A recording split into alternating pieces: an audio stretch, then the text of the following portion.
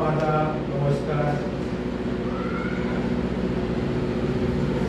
आज आपण वनस्पती यांचे अवयव हा भाग शिकणार आहोत. तुम्हाला कोणकोणत्या वनस्पती माहित आहे?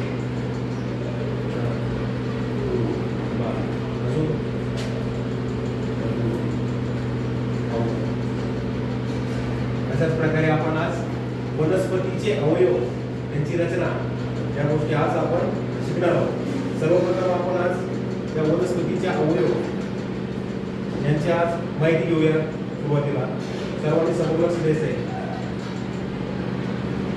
ठीक आहे, एक रोपट आहे. त्याला ज्यावेळेस आपण एखादं बी त्यामध्ये मातीमध्ये टाकतो त्यावेळेस ते उगवते, अंकुर फुटते. जसे की काय तुळस, काय माती, या मातीमधून अंकुर फुटते, नंतर त्याचं रोपटं तयार होते.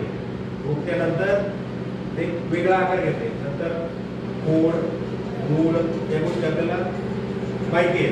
जसे की ठीक आहे, मूळ हे काय करते? पाणी शोषून घेते व वृक्षाची वाढ करते. त्याच्यानंतर ठीक आहे,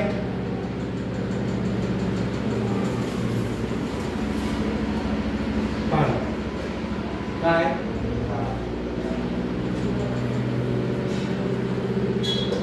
ठीक आहे,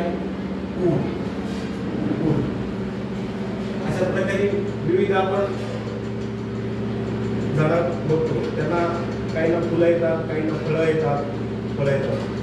अशाच प्रकारे आपण बाहेर जे वनस्पती बघतो त्या प्रत्येक वनस्पतीची वेगवेगळी रचना असते. जसे की आंब्याचं पान वेगळं, काय आहे, तुळस याचे पान वेगळे. तुम्हाला कोणकोणत्या वनस्पती माहित आहे? हे नाव सांगा. नाव आंबा, काय आंबा,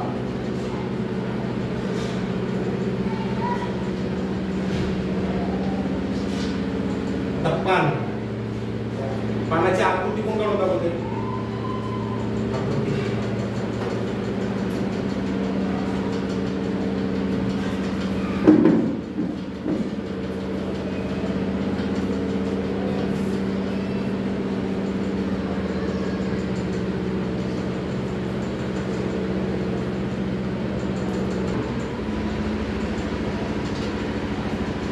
पान. आता फळं कोणतं माहिती आहे?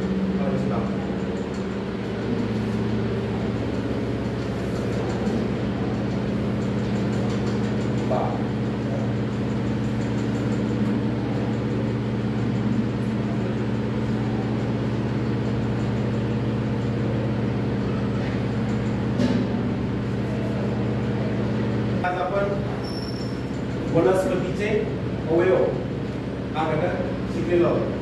त्यामध्ये मूळ